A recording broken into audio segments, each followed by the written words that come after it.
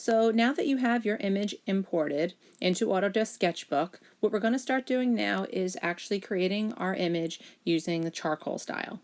So first we're going to take our image that we have here and we're actually going to touch on the image and we're going to change the opacity. So we're going to lighten it up. So I'm moving mine to, you can move to like 70-ish, I guess, around there, somewhere around there.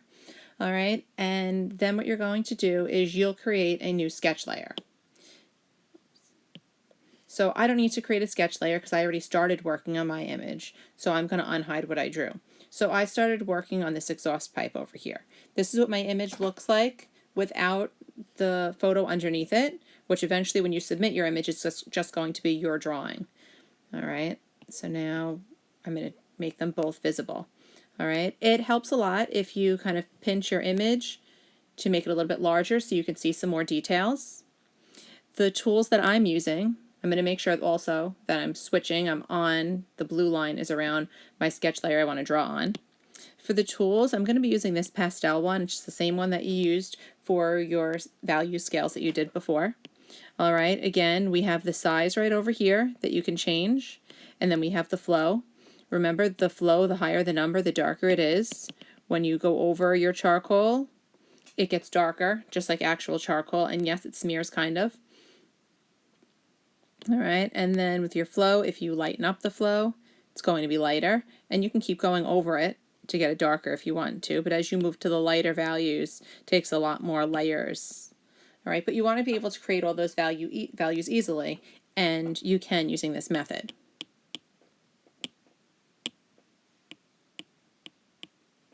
All right, so I'm going to make my size that I'm working with a lot smaller.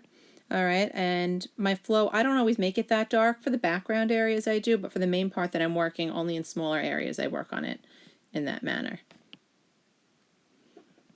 So with this, I kind of play around with the size that I'm using, and I play around with the flow a lot as well.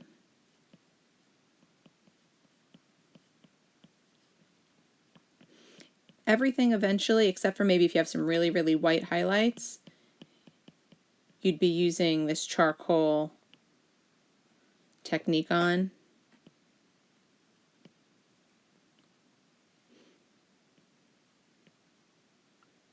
Right, and remember there's the backwards arrow up at the top, so if you do something you really don't like, you can use that backwards arrow. This takes a lot of time to build up areas. You don't want to have it really, really streaky with a lot of lines. And you can keep checking your work by hitting that eye on the bottom layer. So you can see this whole main area towards the bottom is what I just did right now. All right, just make sure that you don't click on that. You don't want to start drawing on your backgrounds layer because then you're going to lose your reference image.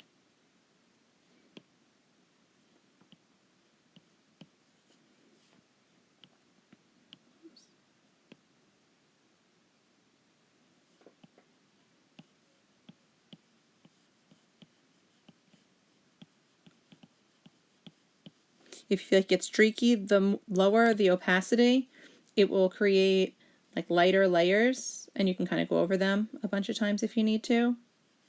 Make sure that you're working in the same direction that your highlights and your shadows move. See how the more that I'm going over this, now it's smooth where before it was streaky? That's what you kind of need to remember. You can smooth out areas pretty easily with this. And if you feel like it got really dark or it just does not look right at all, you can always lighten it up. But these light layers you really can keep going over with, and it creates a nice soft effect, almost like what real charcoal would do.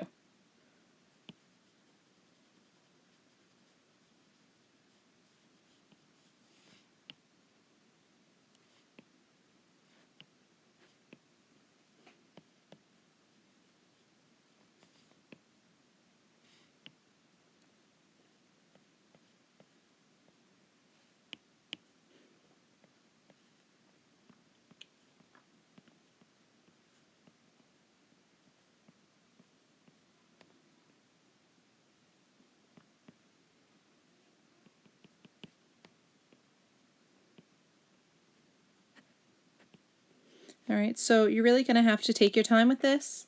All right, once you start working, it starts moving a lot faster. All right, you can keep checking where you are. All right, and all of these areas that you might feel like are a little bit streaky, if you just use the flow towards the bottom, you can kind of blend those areas in just a little bit better. All right, but you have to keep going over it, and you have to be pretty patient with this. Once you get the hang of it, though, you'll start moving a lot faster. All right, you're going to be posting your progress onto our class Padlet as you work. One other tip that I want to give you guys, now this area that I'm working is curved, but up here it's straight.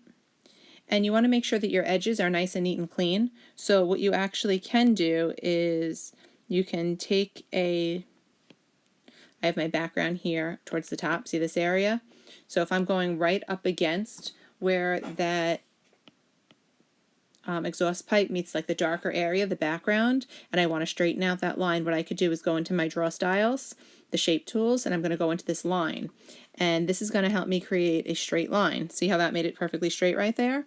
So what I'm going to do is I'm going to take this line and put it right up against what I'm drawing, and you can just clean up your edges because that's actually supposed to be straight, obviously. And you can just go over it a couple of times and it'll smooth out the line. So you don't need to use this everywhere. Obviously on areas that are curved you wouldn't use it. Again, right over here where the background meets the exhaust pipe again, I can use it right there and it just kind of smooths it out. Alright, so please try to use those tools and some of those tips. If you make a huge mistake and you need to erase something, if you go into your tools, you know you guys have an eraser that you can use. Alright, there's a bunch of them in here. Alright, so I could just take this one. I want to get off of that tool now. But if I want to just erase like these arrows, I can get rid of them that way. Alright, you do need to keep posting your progress, alright? Can't wait to see what you guys create. Bye.